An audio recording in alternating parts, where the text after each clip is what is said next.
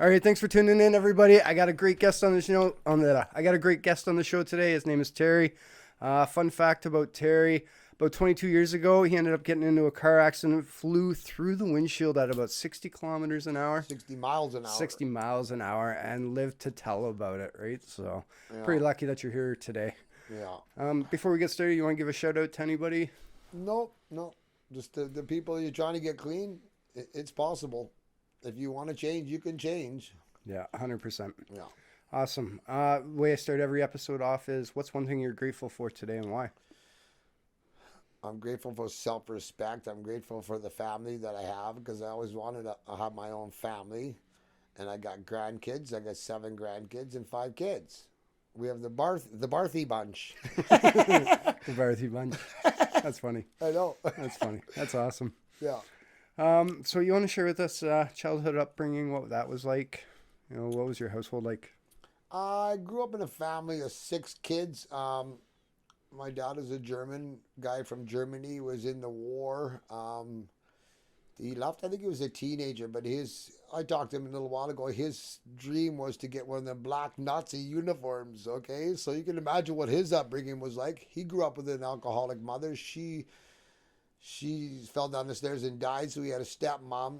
I don't think it was very good in Germany in that time with the Nazis and all that. So he came to Canada, and then he met my mom, and she had 4 girls, and then had me, my sister, and my brother, and then my dad, like till I was 13, ruled with an iron fist and a belt, okay? And I'm like, I had enough of the whippings, and I left. And I said to him one time, well, why'd you beat me so much and not the other one? Well, I tried to bring you up properly, and when you run away, your mom was distraught, so I spared the other one. I'm like, geez, thanks a lot for whipping the shit.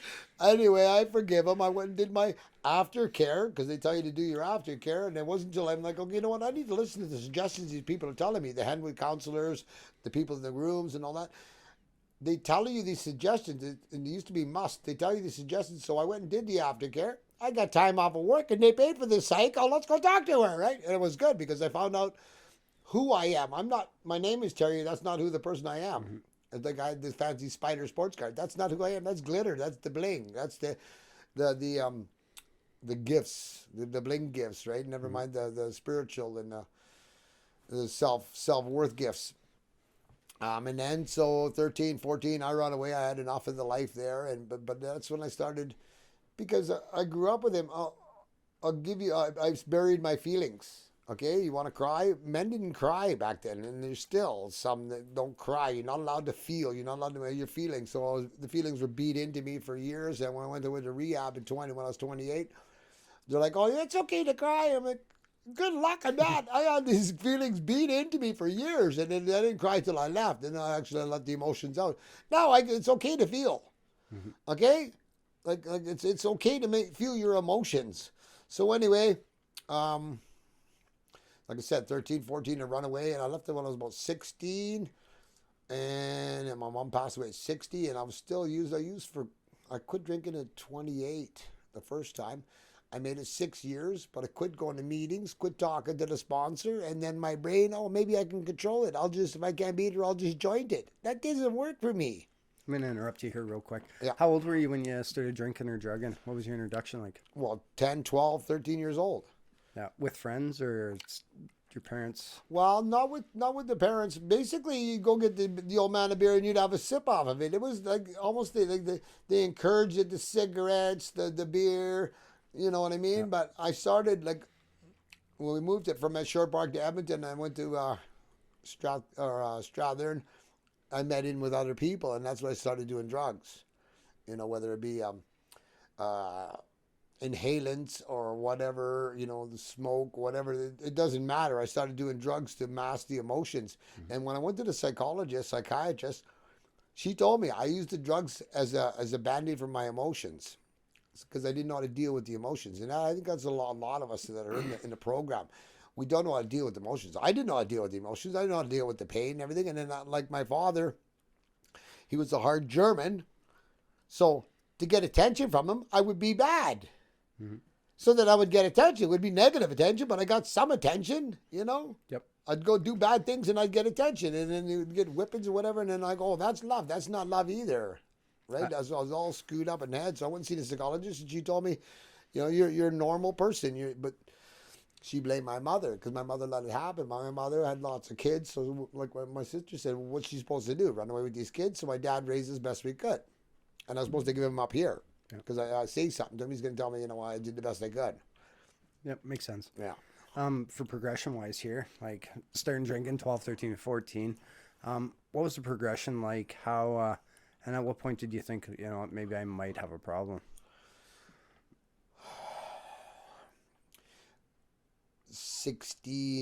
between 16, 17, 18, I got impaired driving. So, okay, I have a drinking problem. Drink and drive and blackouts. So then I knew I had a problem back then. Even doing the inhalants. Obviously, I knew I had a problem, but it didn't matter. I just didn't want to feel. I didn't want to be the person that I was living with my father. That's why I ran away. I didn't want to live with him anymore. It wasn't until I hit about 28, I had a blackout, and it was probably for an hour, and then I woke up out of the blackout, and this person I'm with, she's laying there, and they were going to charge me with attempted murder. I brought her back to life, basically. And that scared the shit out of me. Oh, I bet. Scared me straight. Well, if I'm a psycho when I get loaded and black out. If I can do that one like that, I need to quit drinking. I have a drinking problem. Yeah. I'm going to get charged with attempted murder. I give them the slip. So I went to detox back then, and then it's either suicide or go to rehab, right? That was the choice. That's how bad I felt. So I quit drinking. I went to rehab and then detox and all that in Henwood in 1990 with my sponsor, and who became my sponsor. And then stayed clean for 3 years. It's shared park, no alternatives. And then I white knuckled it for 3 years. But I'll tell you something, Matt. Back then, when I stayed clean, I would go to the meetings. I was secretary, so I had to show up there. They're passing the baskets and they're chanting in unison, like Randy says, and it's like a cult. Yep. My attitude of a difference, and not the spiritual principle before personalities. I picture this like a cult. They're trying to brainwash me. Well, I needed a brainwashing, obviously, but I started looking at it like a cult. These people are in a cult. No, we're a bunch of sick people trying to get well, not bad people trying to be good. I'm sick. Some of us are sicker than others, Del. Right? True story. So anyway, I quit drinking for 3 years, and I stayed clean for another 3 years, but I didn't do the steps, Matt. I got a question here. Yeah. And we're going to pick up with that. Did you ever try quitting on your own? And did you know anything about treatment or about sobriety before going to rehab that first time at 28? No, because I went to AA meeting, right? I went to detox. And then I was introduced to AA then, and I'm like, okay, what's AA? A bunch of alcoholics that can drink successfully, or AA? I didn't know anything about rehab before I went either, right? Rehabilitation, and I was so nervous like everybody else. I went there, and and they back then they were trying to be psychologists, the counselors. Now they're not. They're like, go do your aftercare now. They tell you they're only drug and alcohol counselors. They try to help you through, right? But yeah, it's you either want to quit or you don't, because yourself and myself. The more you told me I have to, because my dad used to tell me that you have to go to school, you have to do this, you have to do. I don't. Nobody has to do anything. I choose to stay clean. I choose to come here. I choose to go to work. I choose to go to school so I can make better money. I make right choices, and as an adult, because you get to this point where somebody else isn't making your choices for you anymore. Now you got to make your own choices, and I hope you make the right ones. Yeah. And I chose to get clean. The first time, stayed clean for 6 years, and I couldn't change my spouse. Okay, she wanted a party. We were still young, 28. She wanted a party, but I can't change somebody else, right? And I can't make somebody else. If you're listening to this, if you're in a relationship and you're trying to quit and the other person doesn't try to quit, sometimes you need to leave that person. And that's what ended up happening to us. We end up in a divorce anyway. Yeah. Because I tried, if I can't beat her, I'll joint her. Well, as soon as I started using again, that was the end of it again, right? I can relate to that, yeah. Well, I totally get where you're coming from Like one girl told me, we got two addicts on a high wire. One falls, usually the other one's going with it. Yeah. And I see that in other people's lives, that one person's trying to quit and the other one doesn't quit at all. Then that person gets drugged back down again. And then your life is shit again. You're right back in the shitty pot that you was in before. Yep. Right? True I'm story. right back. Well, Yep. there was a friend of mine from Fort McMurray. He was selling up there. And then I seen him in rehab. I'm like, hey, it's good to see you alive. He's a pipe fitter like me. But his girlfriend was using still. Right?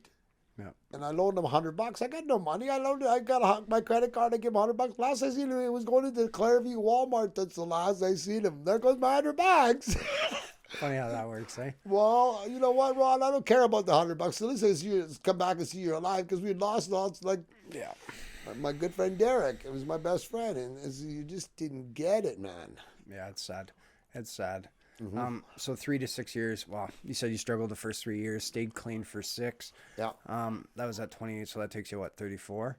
What was your relapse like, and like a new bottom, or what? How did your... Oh, it got a lot worse after that, because I ended up losing. I lived in a trailer park, Maple Ridge, and we ended up losing the trailer. My ex moved out. She got some cash and moved out, and left me sitting there in an empty trailer, and I was using, and then I lost my job. And then my mom died, and the ex blew all the money, and I let her move back in. And then because her hair wasn't done, she wouldn't let the realtor in. I'm like, they're not here to see your hair. So we lost the house. We would have made money. Who knows where we would have been? Who knows when you make choices? Anyway, so my buddy offered me a job in Vancouver. Oh, great. Yeah, they got good drugs there. So I moved to Vancouver into a basement suite there with my ex, and my son was only like 3 or 4 or 5 years old then. And the first day I'm with the boss, off to the bar we go and get all drunk. And I come back and she's like, I'm leaving. I'm like, where are you going to go? Don't kid yourself. With the help of the welfare system, they got her out. Yeah. So she moved out, and I ended up falling in more depression. Right? I thought depression was all in your head. That's exactly where it is. Literally. Well, yeah. I ended up with shingles, and I lost my place. I ended up down Hastings Street, and that's not a place you want to go. Like, if you're driving to Vancouver, go down there and just roll your windows up and lock the doors and check it out, because that's living hell is down there, right? Yeah. So I was down there using down there, and like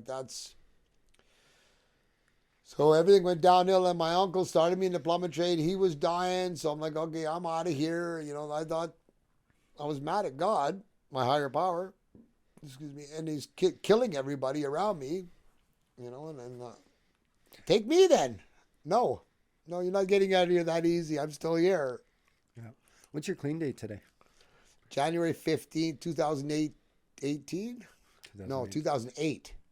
Oh, fuck. You're old. Yeah, 14 and a half years. 14 and a half years. Yeah. Okay. So I'm old. I'm 60. Yeah, you got 20 years on me. Yeah, I got a while. Yeah. But I started like 32 years ago, like with Gerard. But he stayed. He made the right choices. Yeah. Like, you know what? Like I said, looking back, if she would have changed, maybe our relationship would be different. My life would be different. But she didn't want to change, so I made the wrong choice to join her. I didn't want to break up with my wife, but in the long run, I would have been better off. I wouldn't have lost all this stuff and start over. It's so hard to start over and start over and start over, because you end up with nothing and starting over again. When you start to beat yourself up a bit too, or you start to kind of like misplace or like put expectations on yourself, right? Which eventually lead to friggin' not very good friggin' things or shitty feelings, you know, and just misplaced guilt and things like that. Yeah. Before you got into recovery, your clean date today, do you want to paint us a picture of what your life looked like or where you're at in your life? Come again one more time. So your clean date today, back in 2004, 8? Yeah. Do you want to share with us what your life looked like there, and then we're going to transition into recovery? Or what was different this time? So I want you to paint a picture. Okay, so I went to rehab in 2000 for a bed and breakfast. Henwood. It was warm, bed and breakfast. I left with the girl there. That didn't work. That was 5 years of hell, man. No matter what I said, she wasn't quitting. I tried to take her to meetings. Well, those don't work for me. Well, sitting here getting loaded don't work for me either. Mm-hmm. And there's no way. She had issues. I had issues, obviously, both of us. But she would not take no for an answer. until everything was gone. I would spend the money, the rent money, the food money. I'd beat the food back, the kids' Christmas presents back, everything. And it wasn't until she left and her boyfriend come beat the shit out of me, her new one, that, okay, now I went back in '05 to Henwood again. And I stayed clean for a year and a half. Because I was in there, and then there was this biker guy, Randy, and I'm like, if he can do it, I can do it again, right? I did it before, I can do it again. Once you get a little bit of clean time, you know that you can do it. And you know in your head, once you go to a meeting, it screws up your head because you know you're doing wrong. And that's what the humans have, the right, the wrong. I know what's right, I know what's wrong. Like giving that stuff back. Oh, I didn't pay for this, right? Yep. So anyway, I went to Henwood in '05, I stayed clean for a year and a half. Then I hooked up with a girl that I used to date. And she's like, "Oh, don't go to meetings. Just stay home and cuddle." And she was a little cutie. So yeah, but she's using every 3-4 days. I can't live with a person like that. But it took me a long time to figure that out. And eventually, I'm like, you know what? I can't take any more of your crap. I went and got the cigarette, and then got this. Let's go to the beer store, right? And then about a month or two of that, and her drink and everything, and it just the confrontation. Mm-hmm. And I'm like, you know what? I'm out of here. So I went back, and I was used for another little while, and I'm like, I don't like this monkey on my back every day again. I didn't like that, so I went back. What works? What works? NA works. Go to meetings, help others, stay clean, don't use, try to do the steps, and be honest, and try to be a good person. That works. And pray. Because I know when I quit praying, I quit going to meetings, quit talking to my sponsor, life got really shitty really fast. So I did that in '05, and like I said, I relapsed after a year and a half, and then I stayed clean again. But my life was shit before that. And like I said, for a whole year, Matt, when I was by myself in the apartment, I paid my rent. I did that. I was a functioning addict. Yeah. I'd go to work, but I'd get my fix every day or every 2 days. I couldn't stay clean for 3 days. When it was done, I'd get on my knees and I'd pray, please, God, don't let me live like this anymore. It took a year of that. I believe it. Right? Mm-hmm. And then all of a sudden, click, I went to meetings, and like I said, over 14 and a half years. So your clean day today, you're saying you didn't have to go back to treatment at all. You just kind of... No, I went 3 times to Henwood, and I promised them I wouldn't be coming back, but I still relapsed, and I wasn't going back. I know what the rehab does. I know what they do there, and they teach you, they give you the tools. Don't set yourself up for relapse. And if you do, what works, go back to the 12-step meetings. If that worked for me, it works for some people. Some people it doesn't. But that worked for me. So that's what I'm like, okay, you know what? I'm falling on my face. I'm sick of living like this. So what do I need to do? I need to go back to the meetings. Mm-hmm. Yep. Like I went to the convention. And they're like, oh, the countdown to day 1. I'm like, oh, look, I'm on day 1. I'm a little embarrassed. But it's like, okay, well, I got day 1 again. Right? I went to all the conventions, and they're a lot of fun. Yeah, you know, lots of dancing, and it's in the parties like Valentine's Day or Halloween, the conventions. You know what's so nice about that is when we're sitting there, nobody's trying to pick up your old lady, and I'm not my old lady, and vice versa. The people have respect, and there's not a bunch of fighting and stupidity there. You want to know something funny? Is like at those roundups and things. That's where I learned how to dance. You know, I remember my very first dance ever I went into, and all the bright lights and everything. First dance ever sober. I ended up having to leave after 2 hours. It was too intense for me. I'm like, I can't handle this shit. I gotta fucking go. That's funny.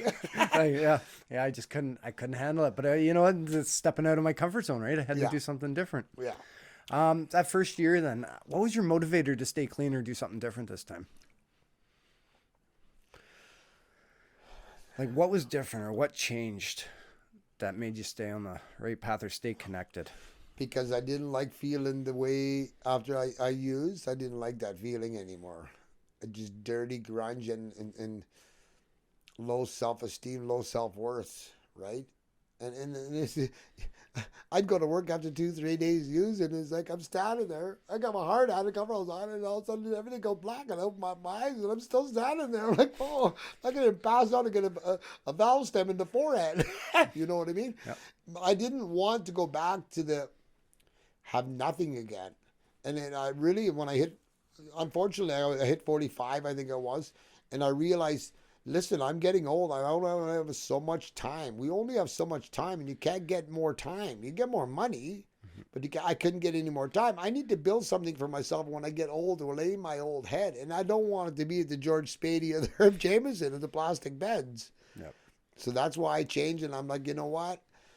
I got to stay away from the using girls. I got to go to the people, places, and things. What do you need to change? Everything. The people, places, and things. What am I powerless over? The people, places, and things. That serenity prayer is so fucking true, eh? Like that. Yeah, and I've said this before. Like that serenity prayer is the blueprint for life, essentially. You know, like to live a pretty kosher, not dealing, but I mean mentally, like to be able to have a proper perspective on life, I have to like live that serenity prayer, right, and understand it and believe it. At what point? How long were you clean when you lost the desire to use this time or that thought? I think about a year, year and a half, something like that. The obsession to use lifts. It's about 6 months, 8 months, 9 months. The obsession to use lifts, and you start to come out of the fog. I know it because I was told before that they keep you in detox for 5 to 7 days because then your brain starts to work normally again. It starts to produce the chemicals. Okay, it's all a chemical thing up here. It tricks you. It's like, oh, I need to get high. No, I need a squirt of serotonin. But the brain says I need to get high, or I need a cigarette. No, I need a squirt of serotonin. And I realized that when I was at Henwood and they showed me the smoke and cessation video. I'm like, oh, click, the light went on. I'm craving to get high. No, I need serotonin. That's what my brain is saying. But the cunning and baffling in brain, like it says in the basic text, your brain is cunning and baffling. Oh, I need to get high. No, I don't. Mm-hmm. I need serotonin. So it took, like I said, it took me about 6 months. And for the first 6 months, your brain is trying to work itself out. And I'm happy, and then I'm all pissed off. And I'm happy. And I'm like, what the hell is going on? An emotional roller coaster. So it took me about, like I said, about a year. And then 2 years, it works normally. Sure, I have bad days and everything, but I'm not the psycho that I was before. Mm-hmm. And I have a conscience, right? And I try to treat people with respect and the way I would like to be treated. Yeah. You know what I mean? It's like, it's funny, because like in Vancouver, I was dumpster diving, buddy. I'd go down to Value Village bin, I'd take it down to Broadway, and I'd sell it, or I'd be panhandling or wash windows, whatever.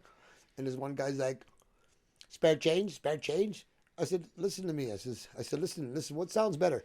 Spare change, please, sir, or spare change?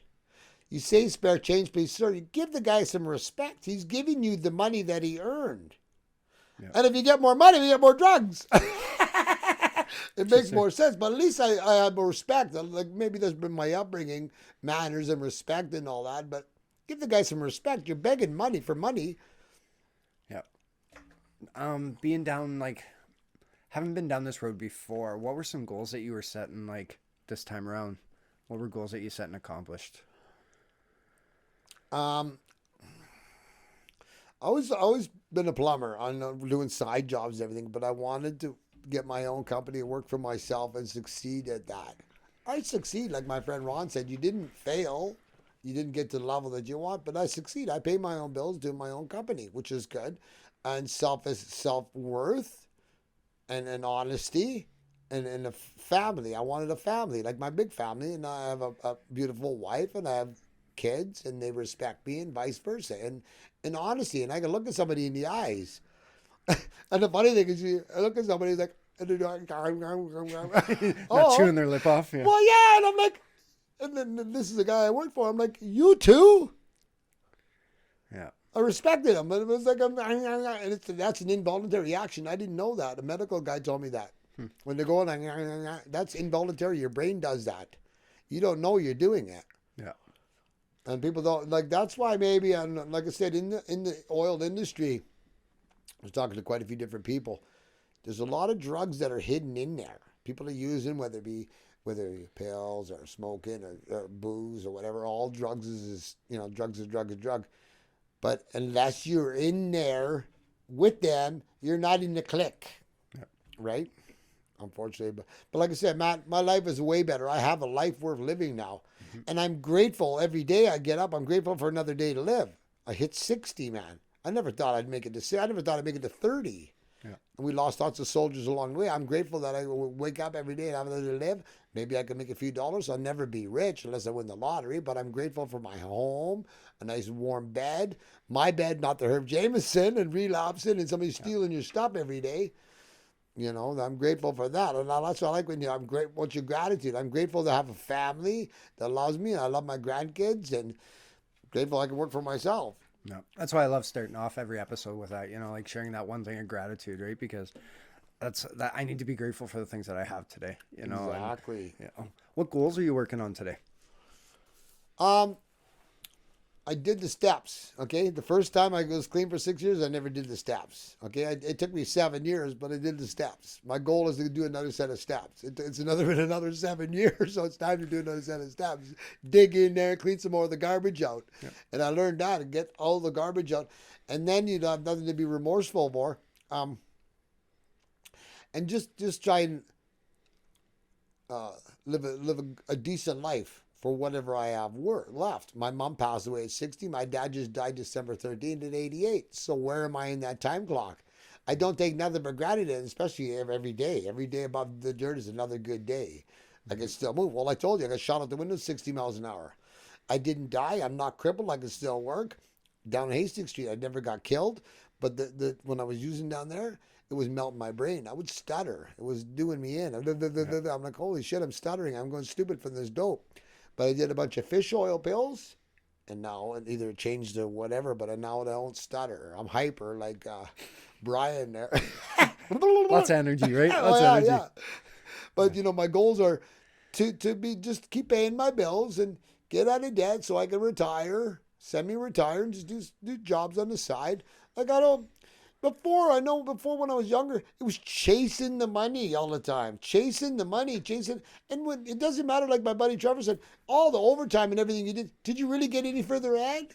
No. Yeah. Even with the first home, I lost it. I lost all the money and all the work that I put into it anyway. So I watch Nick from Drumheller. He's awareness. I'm aware that I need to balance my life.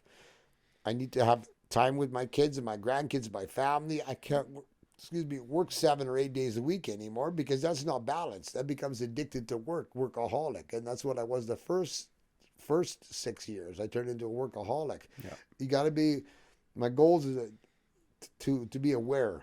I don't want to change addictions. Mm-hmm.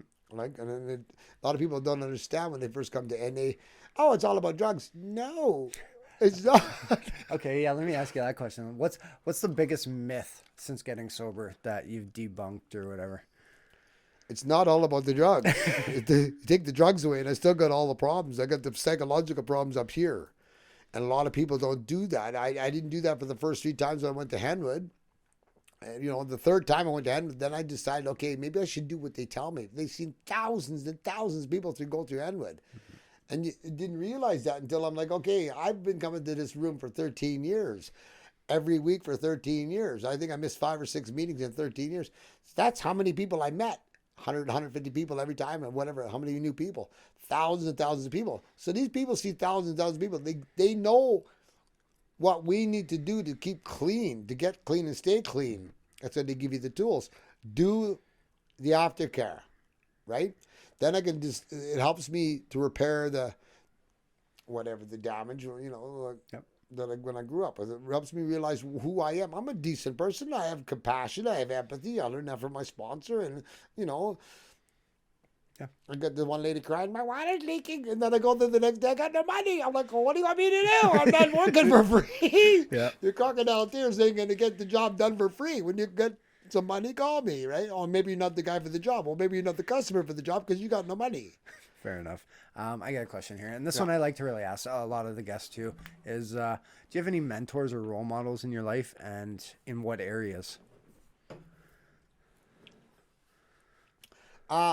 My sponsor, he's kind of a role model because he's got his perspective. When you listen to, Mila, right? Mm-hmm. You listen to him share, and he's got a whole different perspective. Okay, that's why I picked him as my sponsor. He was the best man at my wedding. We were both in Henwood in 1990 together. He made 6 years, I made 7, or vice versa, and then he went back out, and then he realized that this is what he needs, and I realized this is what I need too. This gives me a life, mm-hmm. because there is no life using. It's just surviving, and I feel bad for these guys like on the corner panhandling, but you got nicer shoes and pants than I got. You make a whole lot of money. Other people living in the bushes. My buddy he went and seen his daughter in Ontario, and he's sad because he sees her going back into the bush, into her camp. But he's been there. He knows. Yeah. All that we can do is pray, Sean, until Anyway, until she's ready to change, Yeah. there's nothing we can do. And she's in my prayers too. I pray for other people. I don't pray for so much for my own shit. Just keep me clean today and guide me in recovery. I pray to get people healthy or get off the drugs. I got family that are using. Mm-hmm. You know, my little sister's drinking every day. I have seizures, trying to quit drinking. And if you're not going to change, well, there's nothing I can do.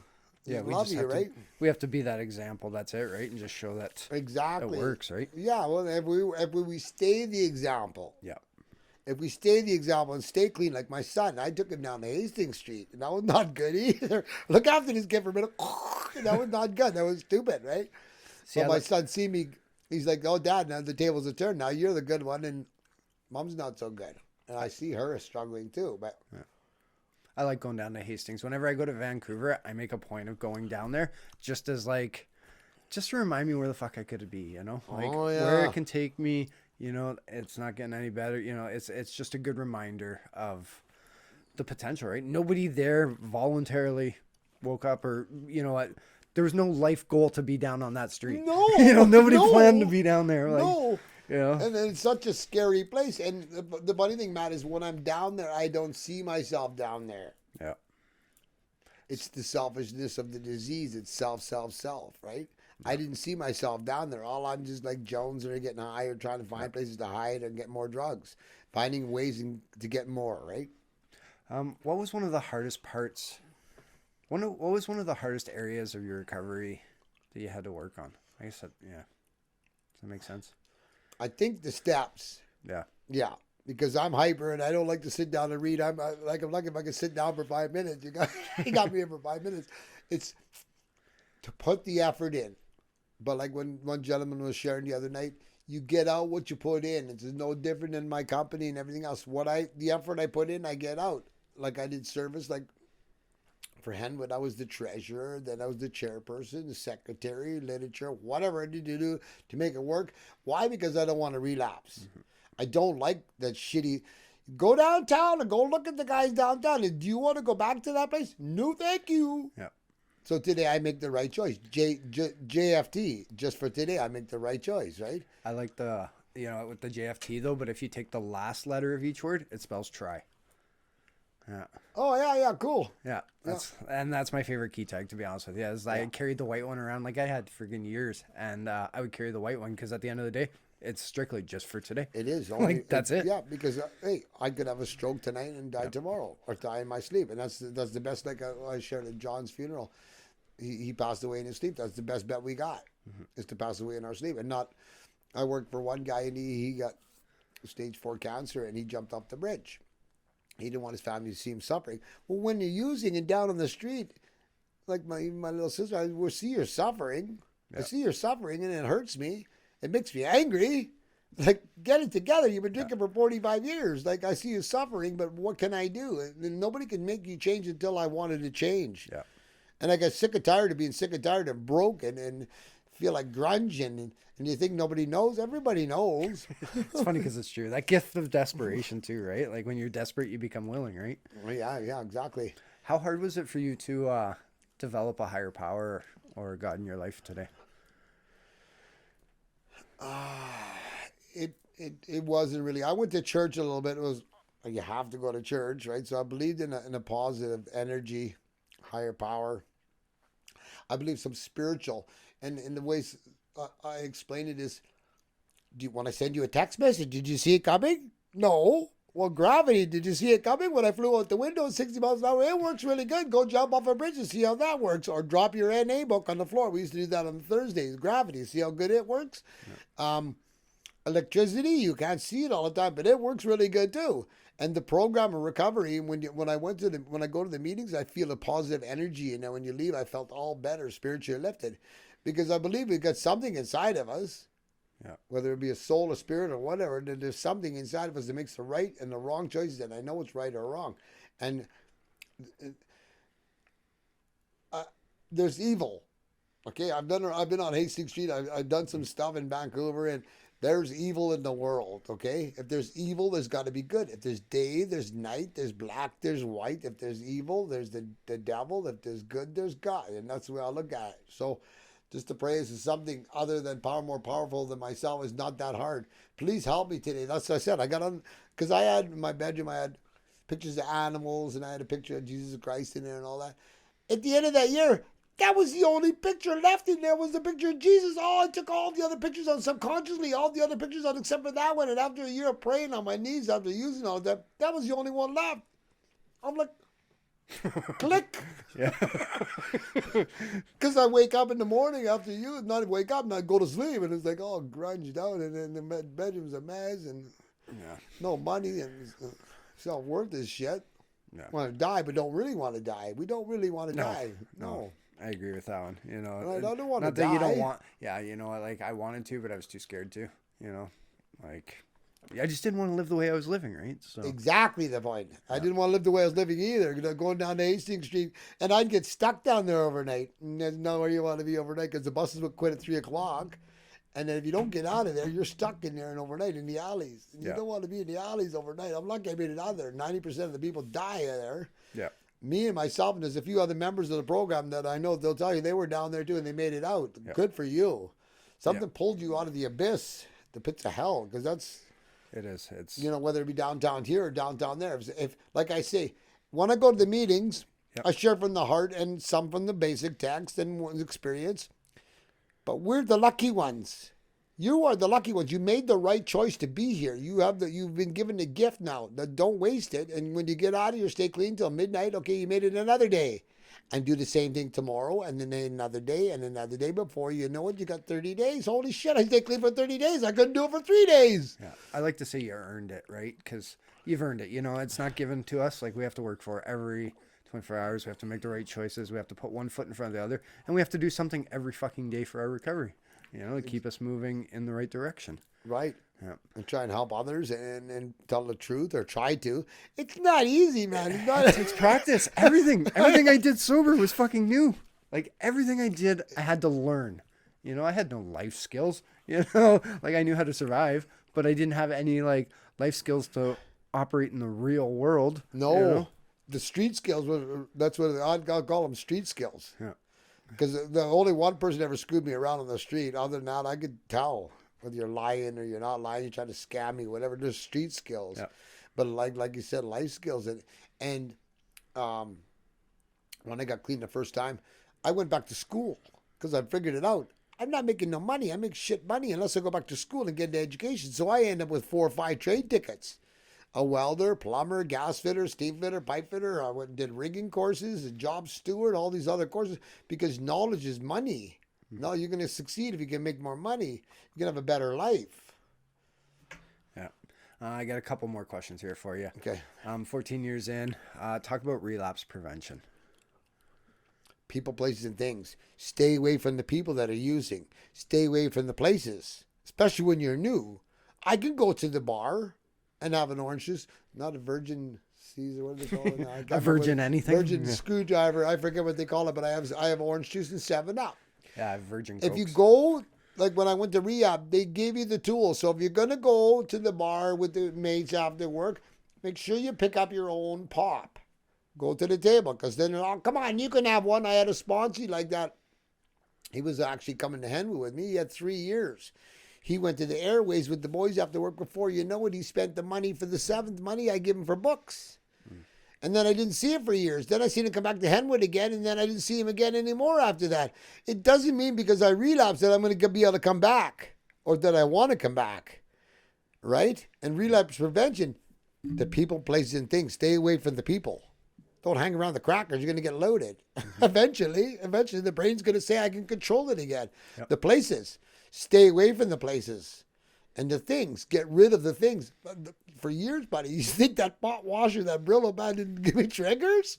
Yeah. Or stainless steel tubing? Dude, like, even like that sea salt was a trigger for me. Why? Like, well, just because it looked like crystal meth, right? Yeah. Like that was my drug of choice. That's funny. You know? Yeah, I would look at it when I first started getting pot. I'm like, fuck, that's even like, the chalk stick. You know, light chalk bulbs, stick. like fucking light bulbs. Well, I never was into the meth. I tried it. I'm like, where's the buzz? Oh, see, that was the thing, right? Like it made me feel normal. Like and that was the Oh, scary part. no. Is like I did it, and I'm like I felt normal. And I'm like ding ding, like there should That's be. what my buddy said when he's doing blow heavy. He feels normal. Yeah, Yeah. normal, all right. All bugged out. Normal. I Yeah. never did do the math, right? I did like the base, free base. They Yep. call it crack because it crackle when you cook it. That's how the name came.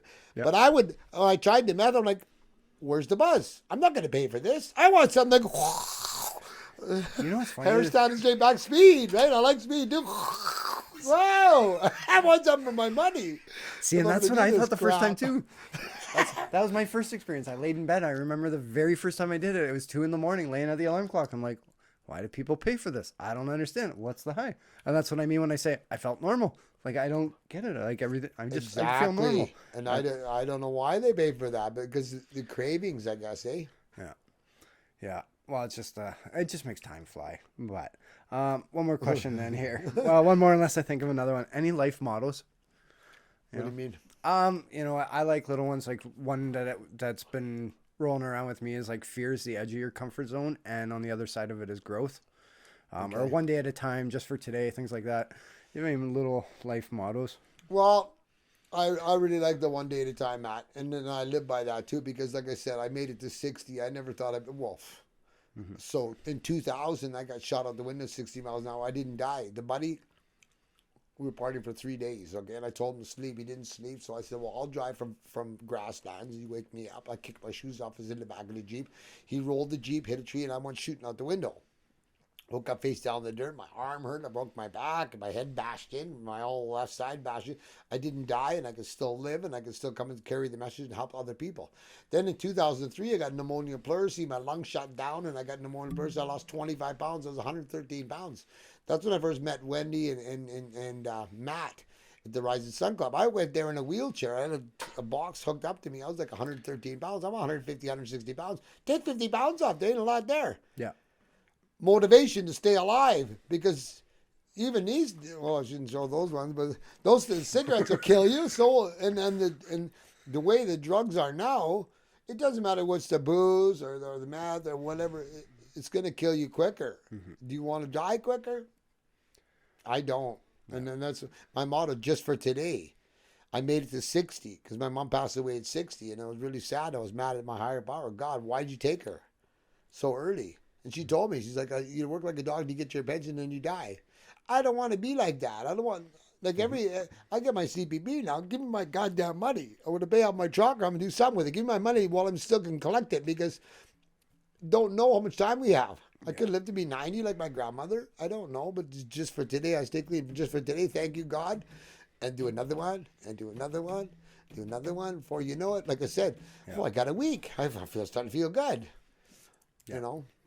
And the newcomers, I try to tell them, just because you feel good can't make that girl feel good till you get that 1 year tag, you get hang in your tent. Yeah. Go get a plant. You know, cactuses don't count. Yeah, exactly. And I have 2 animals, puppies and a cat. I started with the plant. Yep. Right? And then, okay, if I keep the plant alive and myself alive and clean, now I can get something else. And, you know. This one here I've had for like 5 years. That's good. But it's true, though. Yep. If you can't. I went to one meeting, it was about success, they said. Because I go to the Faith every Sunday. I picked that one instead of Henwood, because Henwood, we don't know what's going on there. Anyway, and it was success. Success can be measured in different things. Success can be whatever you want to talk about. If you stay clean for today, succeeded. If you get out of bed and brush your teeth, you succeeded. Okay? Yeah. On different levels of succession. Yep. Today I stay clean another day, and then I'm really looking forward to the 15 years, because I'm going to ask my brother to come, and maybe my wife come, and maybe my kids. I made it 15 years. Yeah. I couldn't make it 3 days. It's a miracle, right? And Miracles yeah. happen.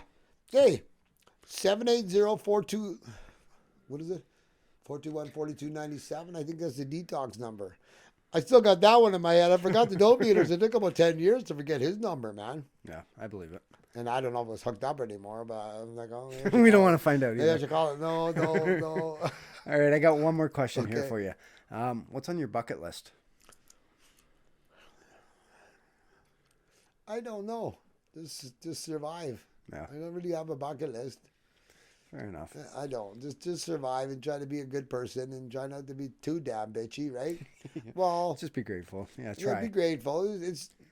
You know, it's life is not easy. And if you think it's easy, good luck in that. And the better education that you have, the better chances you have. Yeah. It doesn't mean go get a doctor's degree because you might not be a doctor. You might be working at McDonald's. But try and work at it. Like my plumbing company, I went and delivered flyers with my daughter yesterday, give her money. And guess what? I got a job today. And I got another one and maybe another one. Try. Do you want to advertise that on Just here try. real quick or what? Spider Plumbing and Heating? Spider Plumbing and Heating, guys. You want a real good plumber and Yeah. honest and reliable, and we'll do the job and do it right? Call Right. Spider. Right. Yeah. And if you something leaking, I come back and fix it. Yeah. I stand behind my work. And Yeah. I try to help people with a lowered rate. There you go. Best rate in town and the best quality. Hey, thanks. Thanks, Matt. You're welcome. Well, that's what it's about, right? It's about Well, you helping gave out me each other, jobs. right? The customer was happy, wasn't she? Yeah. Yeah. 100%. Any work Yeah. that I've had, I've passed off to you. And I appreciate that. And then I get extra work. I got a guy that does heating, Diamond Heating. He's one guy. I give him the work. And if I got extra work for Bob, go with the Flow Plumbing. Yeah. Or, go we with the Flow. Go with the Flow. shouldn't. Well, I shouldn't say we shouldn't say that, but Go with the in Flow case they don't drain want cleaning to. service. I give it to Bob, right? I try to help these little guys because we got to trouble. He's in the program, trying to help him succeed too. Because if we don't, what happens then? Yeah. Life hits me in the face. The old lady leaves. I lose my house. Well, you know what? F it and go back to use it. And I don't want anybody to do that. I don't want anybody to die. I I don't. agree. I think that's going to pretty much bring us to the end of our time here. Okay. What's something you want to leave with the listeners that we might not have? Take us home. What's something you want to leave with the listeners?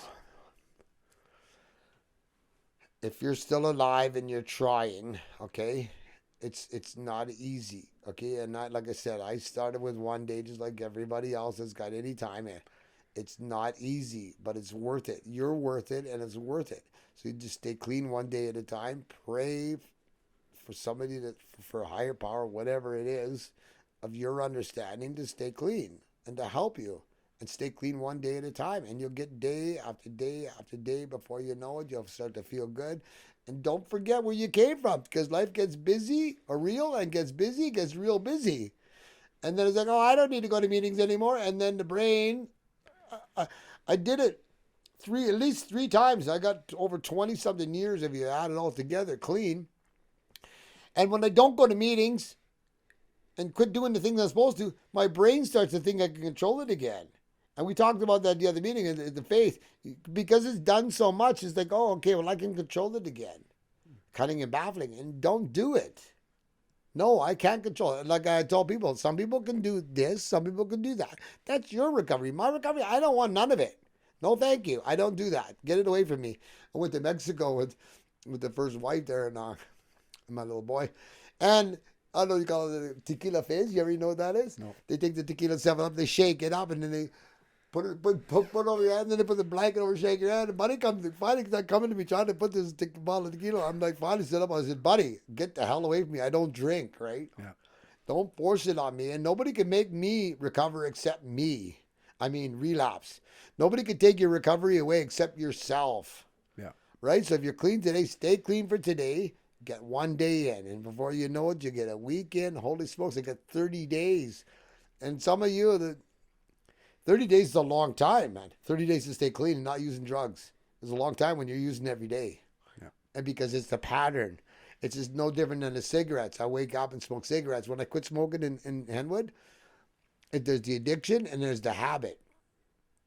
The addiction's craving. Then habit is, okay, drive, smoke, coffee, smoke, sex, smoke. I'd have sex, I'd chew gum, Nicorette.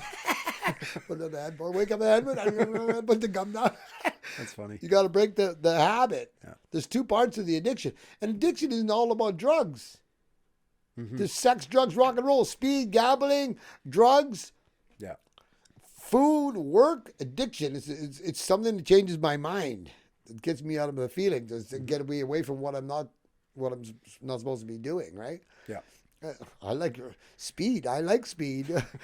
I take my Spider up to 220, 225 kilometers an hour, all the way down the mouse come out. It's like, Crazy. Buddy's like, yeah, I made it without getting any tickets. Or a motorcycle laying right down, doing it, go through the mountains. I love speed, but it'll kill you too. Yeah. Whether it be the liquid or the motorcycle, you crash and doing 200K an hour. There's a good chance. You weigh it out. Like, there's a good chance I might not live from this one. Yeah, exactly. Yeah. You know. But I really appreciate you having me here, and the nervousness is gone, and I appreciate it. Like I said, I almost forgot. That's why I'm all dirty. I got the plumbing clothes on. Doesn't even matter. Well, it's like the meetings. I used to go to meetings all swabbed up and everything, like, hey, yeah, look at me, right? Yeah. And then, no, it doesn't matter. As long as I show up, and that's what I share to people. Get a home group and support it every Sunday. If I can, unless there's something happening, like I said, I want to watch a hockey game, but I take it instead. Yeah. Support it because it shows the newcomer that it works. I used to go to Henman for 13 years. A couple of times I go there and there's not one soul in there. Well, how do we show the newcomer that it works if you don't go to meetings and say, look at it, it works for me. Yeah. It'll work for you, right? Yeah. And then that's a big thing. And that's why I tried to tell people, the faith group, show up. Pick a home group and show up. Yeah. 100%. Try to. Don't compromise on it. No. My home group, like here, well, even back home, but like here, I was there Monday night every fucking week, no matter what. Sometimes it was just me there, and a lot of times there was a period there, maybe a year, I want to say maybe even 2. It was me and another guy, Chris, and we would be the only ones sitting in that meeting. And now that fellowship is huge, not because of us, but because it actually survived that lull. Right. And we lots of meetings go through that. Yeah. Actually, that's one goal I'm working for. If I can get enough, what's the word I'm looking for? Enough people to follow the podcast, subscribe, I guess. Yeah.